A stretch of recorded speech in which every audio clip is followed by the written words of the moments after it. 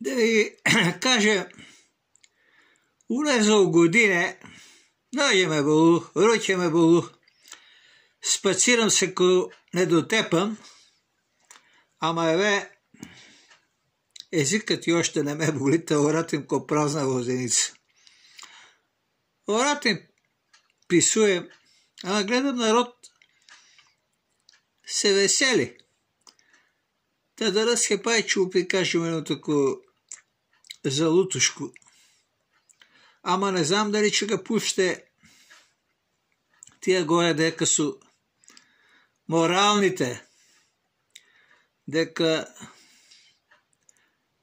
не обичаю да се орати такива мурдарие. И те данас ще чую ви кажа. Чекай да загасим цигарото, я чури ви още. Ние трънчање смо зевзеци големи.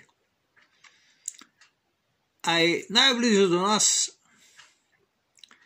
су гравци. И все такива залутушки, заматушки, подбърцушки, подбърцуваме гравци. Ама гравци, ако не су, ни транскоторо, чега буде оти транскоторо си е грауско.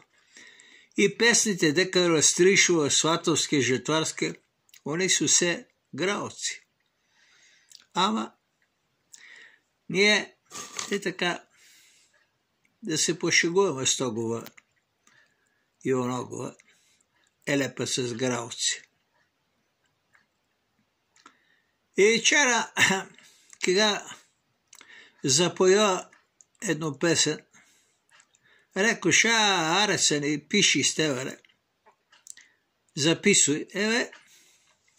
Чу ви покажем едно такова грауско песен, коя съм чул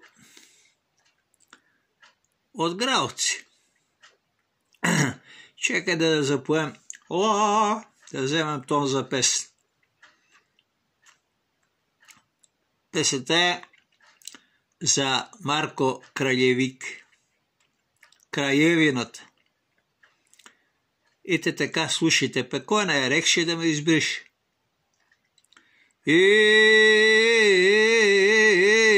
Marko ebe ždrebe u gradinu, on ga ebe, ono zemlja grebe, on mu ga turi, ono se spoturi.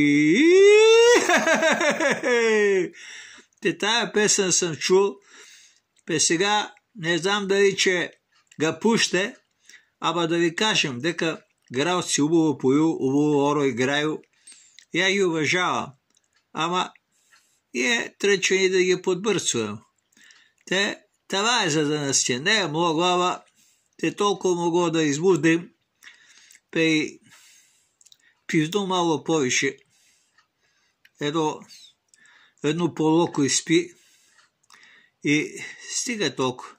Чу се дреберем от сърдите, пе чу видел, що че стане. Айде, здраве на сви!